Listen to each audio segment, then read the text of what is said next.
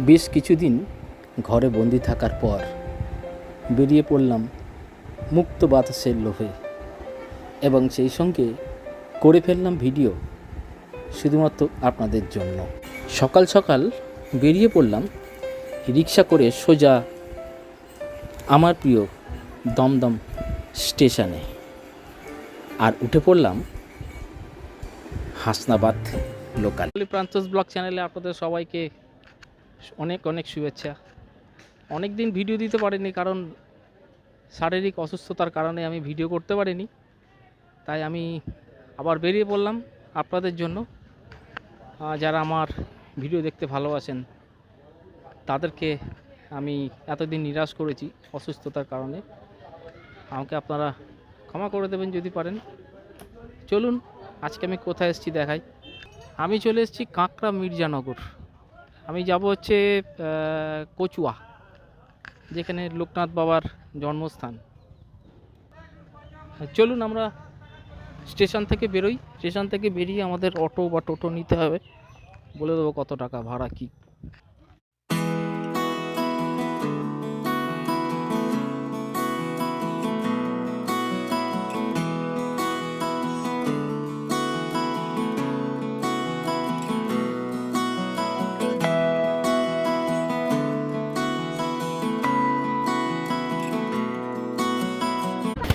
কাঁকড়া মির্জানগর স্টেশন থেকে আমি এই কচুয়ার এখানে চলে এলাম 10 টাকা ভাড়া দিয়ে টোটোতে।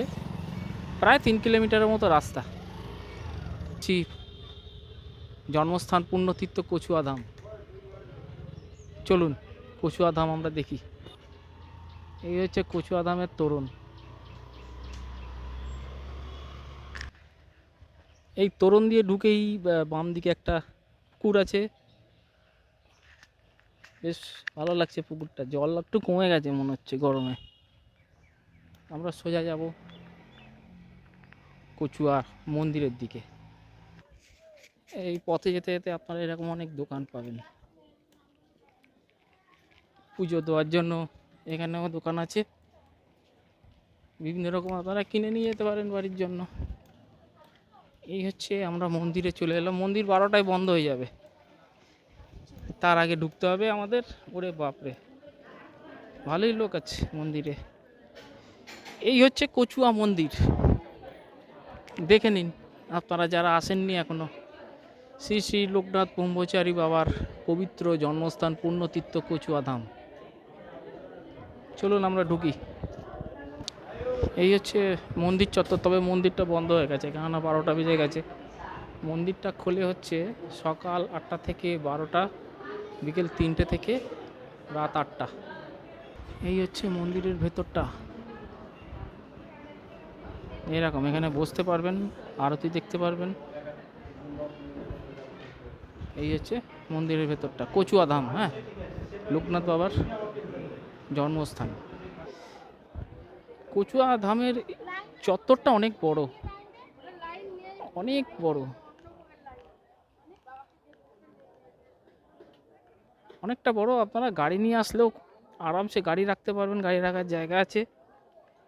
খুবই সুন্দর, ফাঁকা, তবে খুব গরমকালে খুব রোদ্দুর। এই হচ্ছে মন্দির এরিয়া। ওখানে যে লাইনটা দেখছেন প্রসাদ নেওয়ার লাইন। রনে বনে যখন জঙ্গলে যখনই বিপদে পড়বেন লোকনাথ বাবাকে স্মরণ করবেন।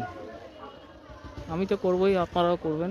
এই হচ্ছে মন্দির চত্বর। এইখানে ধূপ মোমবাতি, ওরে বাবারে কি গরম, জ্বালাবার জায়গা।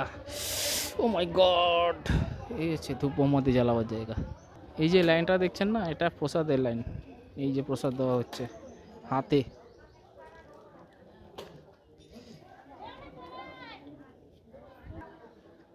এই যে প্রসাদ দেওয়া হচ্ছে। এদিক থেকে আরেকটা মন্দির আছে, বাবার মাথায় জল ঢালিবার মন্দির। জল নিয়ে বাবার মাথায় ঢালতে পারবেন। এই হচ্ছে লোকনাথ বাবার মূর্তি, আপনি এখানে জল ঢালতে পারেন। যারা ওই জন্মাষ্টমীর দিন জল নিয়ে আসেন তারা কিন্তু এইখানেই জল ঢালেন লোকনাথ বাবার। রনে বনে জঙ্গলে যখনই বিপদে পড়িবে আমাকে স্মরণ করিও। এই হচ্ছে সেই লোকনাথ বাবার জল ঢালার মূর্তি। আর এই হচ্ছে মন্দিরের ভেতরটা, যেখানে লোকনাথ বাবা রয়েছেন। চারপাশটা এরকম। এইখান দিয়ে আমি ঢুকেছি। এই হচ্ছে চারপাশটা। এই যে পেছনে যেখানে আমি লোকনাথ বাবার মূর্তি দেখালাম, এখানে আপনি খালি জল ঢালতে পারবেন, কিন্তু যদি অরিজিনাল মূর্তি দর্শন করতে হয় ওই মন্দিরটায় যেতে হবে, যেটা আমি আগে দেখালাম। 12টায় বন্ধ হয়ে গেছে, খুলুক তারপর আমি দেখাবো। এইখানে মানে লোকনাথ বাবার মন্দিরের চত্বরে ভেতরে আপনি পেয়ে যাবেন আপনার প্রসাদের ডালি ফালি কেনার জন্য, এখানে সব পেয়ে যাবেন পুজো দেওয়ার জন্য। আর ঠিক পাশে একটা পুকুর আছে, এই যে একটা পুকুর আছে, সুন্দর একদম। এই পুকুর বিশাল বড় চত্বর, মন্দিরের এরিয়া। এখানে আপনি চা নাস্তা মানে টিফিন করার সমস্ত কিছুই আপনি এখানে পাবেন, কোনো অসুবিধা হবে না। আসলে গাড়ি নিয়ে আসলে, বাইক নিয়ে আসলে কোনো অসুবিধা নেই। এখানে সুবিধা আছে, কোনো অসুবিধা কিছু নেই। গাড়ি নিয়ে, বাইক নিয়ে যেভাবেই আসুন না কেন, ট্রেনে করে আপনার কোনো অসুবিধা হবে না। আর অনেক বড় জায়গা, অসুবিধা কিছু নেই। এখানে এসে আপনারা ভোগ, এখানে ভোগ দেওয়া হয় সম্ভবত 1টা থেকে, আমি বলে দেবো ঠিক এক্স্যাক্টলি কটায়। 12টা অবধি কুপন দেয়। কুপনের দাম কত তাও আমি বলে দেবো, কেননা আমি এখনও কুপন পাইনি, না পেলে বলতে পারছি না কত দাম, কি ব্যাপার। তো সেটা বলবো কুপনটা পাই। তবে এই গরমে আসলে না খুব কষ্ট, এটা সত্যি। আমি যে এসেছি আজকে, প্রচণ্ড গরম, খাঁ খাঁ করছে রোদ্দুর। আমার মনে হয় বিকেলের দিকেই খুব আরাম হবে। জায়গাটা ফাঁকা ফাঁকা, গাছপালা আছে, প্রচুর আছে, পাখির ডাক বেশ ভালো লাগছে, কিন্তু শুধু গরমটা না থাকলে ভালো হতো। এখান থেকে দুপুরের প্রসাদ গ্রহণের সময়সূচিটা দেখে নিন। এই টাইমের মধ্যে এসে আপনাদের কুপন কাটতে হবে। ঠান্ডা জলের ব্যবস্থা করা আছে, ঠান্ডা জল আপনারা এখান দিয়ে পেতে পারেন। থাকলে এইখান থেকে ঢুকে এর ভেতরেই আপনাদের লাঞ্চের ব্যবস্থা। খাওয়া হয়ে গেলে জল তো এখানে ঠান্ডা দেখালাম পাবেন, আর এইখানে আপনার হাত ধোয়ার অনেক কল রয়েছে হাত ধোয়ার জন্য। এই কচুয়াধামটা পড়ছে বসিরহাটের মধ্যে, উত্তর 24 পরগনা। বলে রাখি একটু, শিয়ালদা থেকে হাসনাবাদ লোকাল ধরবেন, 10 টাকা ভাড়া ট্রেনে। লোকনাথ মন্দিরটা আমি আপনাদের দেখালাম, এটা সম্পর্কে আমি একটু জানতে পারলাম যে পরম পূজনীয় শ্রী শ্রী বাবা লোকনাথের 11 বছর বয়সে এই মন্দিরেই তার পৈতে হয়েছিল, সেটা আমি জানতে পারলাম, সেই জন্য আমি আপনাদের জানিয়ে দিলাম। এটা হচ্ছে সবথেকে পুরনো মন্দির, প্রথম মন্দির যাকে বলে। এখান থেকে টোটো আছে, আর ভ্যান, ওই যে 3 চাকার ভ্যান গাড়িগুলো আছে, আপনারা এখান থেকে স্টেশন চলে যেতে পারবেন। এগুলো হয়তো 20 টাকা নেবে, হয়তো 15-20 টাকা নেবে, 15 টাকা নিতে পারে। গাড়ি নিয়ে এলে পার্কিংটা ওই পেছনে, ওই যে পুরনো মন্দির দেখালাম ওই পেছনে পার্কিং, ওই যেগুলো আগে দেখালাম আমি আপনাদের। কিন্তু গাড়ি নিয়ে এইখানে পার্কিং করবেন না, এই যে মন্দিরের পাশে যে জায়গাটা, এই যে ফাঁকা জায়গাটা, এখানে কিন্তু পার্কিং করবেন না, 500 টাকা জরিমানা পার্কিং করলে। দাঁড়িয়ে কুপন পেয়েছি এখানকার লাঞ্চের, দুপুরবেলা পার কুপন 60 টাকা। আমি দেখাই আপনাদের কুপন, এই হচ্ছে কুপন, 60 টাকা করে। তো আপনারা এসে 60 টাকা করে কুপন কেটে এখানে লাঞ্চটা করে নেবেন।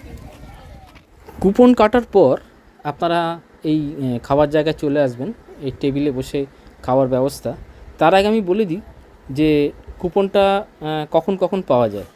প্রথম পর্যায়ে 12:30টায় লাল কুপন, দ্বিতীয় পর্যায়ে 1টা 10-এ হলুদ কুপন, তৃতীয় পর্যায়ে 1:30টার সময় বাদামি কুপন, চতুর্থ পর্যায়ে 2:30 নীলকুপন এবং সব শেষে সাদা কুপন দেওয়া হয়। সুতরাং আপনারা আপনাদের মতো টিকিট সংগ্রহ করে নেবেন টাইম মতো। পাতা তো পড়ে গেছে আমাদের পাতে। শুরু হলো খিচুড়ি দিয়ে, বেশ ভালোই লোক হয়েছে। খিচুড়ি দিয়ে শুরু, কি কি মেনু আমি সেটা আপনাদের দেখাবো। পোলাও,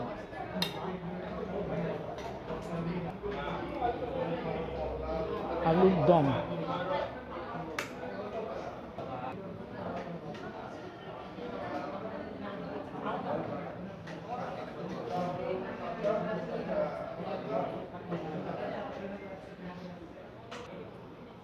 আর পায়েস। আপনারা টোটোতে এই যে গাড়ি আছে, এই টোটোতে আপনারা চাকলা যেতে পারেন।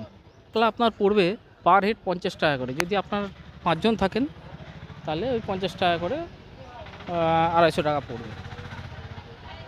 আর এরকম গরমের সময় ওই 200 টাকাতেও হয়ে যায়, 200 টাকাতেও নিয়ে যাবে যদি আপনারা চাকলা যেতে চান তাহলে। আচ্ছা, আর বলি যে আমরা তো এখান থেকে খাওয়া দাওয়া করে বেরোলাম, দেখলেন আমরা কি খেলাম। সেরকম কিছু আইটেম নেই, খিচুড়ি, পোলাও, আলুর দম আর পায়েস, এই তো ছিল। তো সেটা 60 টাকা করে পার হেড। ঠিক আছে, ঠাকুরের জায়গা, খারাপ লাগবে না, ভালোই। আর এখন তো মন্দির খোলার টাইম হয়নি, কারণ আমি 12টার সময় এসেছি, মন্দির বন্ধ হয়ে গেছে। মন্দিরটা খুললে 3টের সময় খুলবে, আমি আপনাদের মূর্তি দর্শন করাবো। খাওয়া দাওয়ার পর আপনারা ওই মন্দিরের ভেতরে বসতে পারেন। এখানে বসার অনেক জায়গা আছে, গাছের তলায় এখানে বসতে পারেন, ফাঁকা জায়গা, গাছের তলা থেকে বসতে পারেন বা মন্দিরের চাতালে বসতে পারেন। তীর্থ কাঁকড়া দ্বাদশ কালী মন্দির, এটা আপনার ওই স্টেশন থেকে একদম কাছাকাছি। আপনারা টোটোতে উঠে যখন কচুয়াতে আসবেন তখন আপনি এই মন্দিরটা পাবেন, একদম কাছেই। খুব সুন্দর মন্দির, কালী মন্দির। এখানে সম্ভবত দ্বাদশ শিবলিঙ্গ আছে। এই যে মন্দিরগুলো রং করেছে, বেশ ভালো লাগছে দেখতে। এই যে তারকনাথ, এই যে সব মন্দিরগুলো আমি আপনাদের দেখাচ্ছি।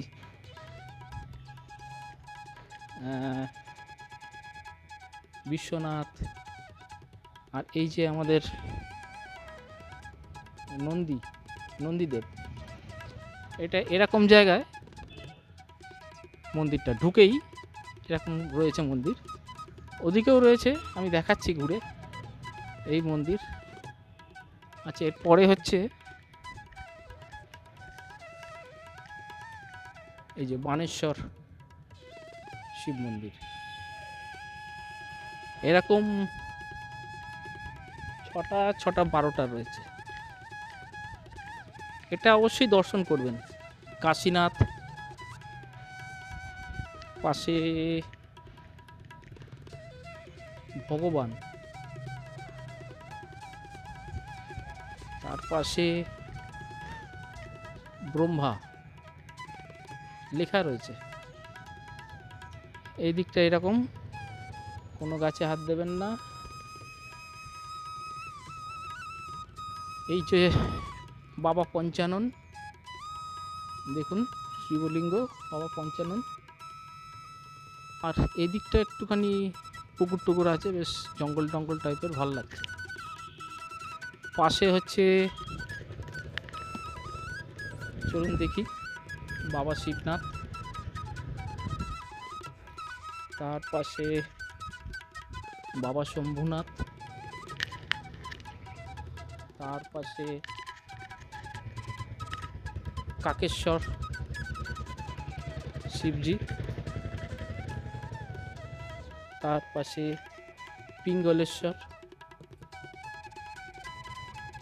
আর একদম শেষে বুড়ো শিব।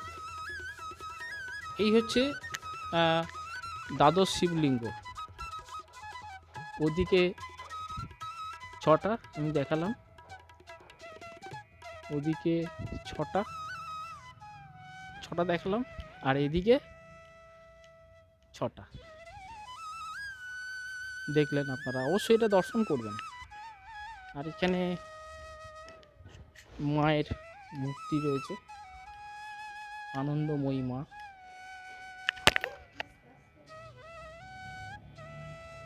মা আনন্দময়ী রয়েছেন এখানে, দেখতেই পাচ্ছেন।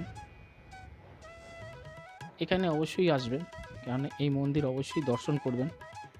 দ্বাদশ শিবলিঙ্গ মা কালীর মন্দির। অবশ্যই আপনারা আসবেন। স্টেশন থেকে আপনারা যখন টোটোয় উঠবেন ওই কচুয়ায় যাওয়ার জন্য, ওদের বলবেন একটু দাঁড়াবে। অবশ্যই মন্দিরটা একটু ঘুরে নেবেন। এই মন্দিরগুলো খুবই ভালো লাগবে, অবশ্যই দর্শন করবেন। তারপরে কচুয়াধাম যাবেন।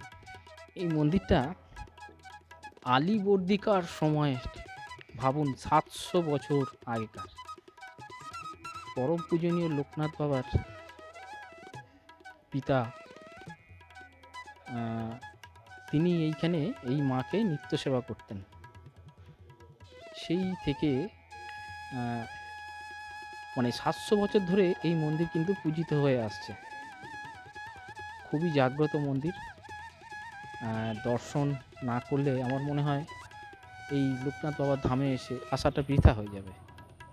অনেক ইতিহাস আছে, আমি হয়তো সবটা বলতে পারলাম না, কিন্তু আমি যা শুনলাম যে এই মা কতটা জাগ্রত,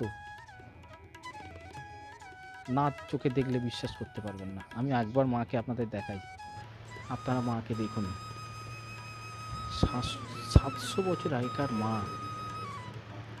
পরম পূজনীয় সেই লোকনাথ বাবার পিতা মহোদয় নিত্য সেবা করতেন এই মায়ের। সুতরাং আপনারা এই মন্দিরটা অবশ্যই দর্শন করবেন।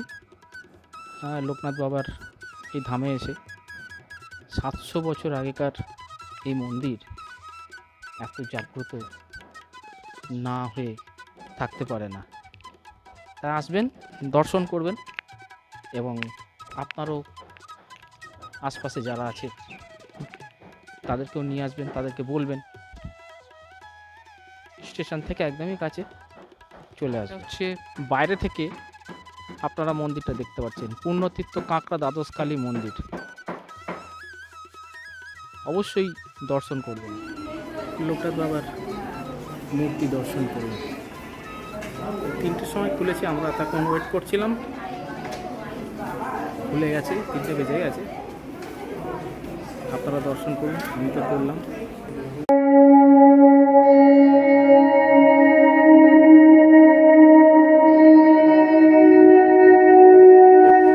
লোকনাথ বাবার মন্দির প্রাঙ্গণ থেকে তাহলে আমরা বিদায় নিলাম।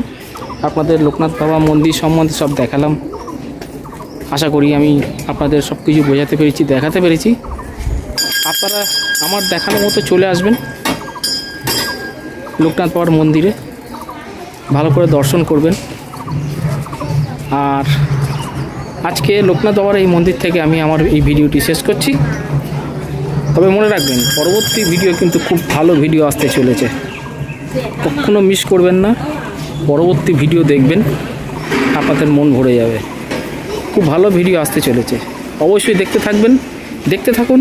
বেঙ্গলি প্রান্তস ব্লগ চ্যানেলটিকে সঙ্গে রাখুন, সাবস্ক্রাইব করুন, লাইক শেয়ার কমেন্ট করবেন, সঙ্গে থাকবেন। অনেক ভালো থাকবেন।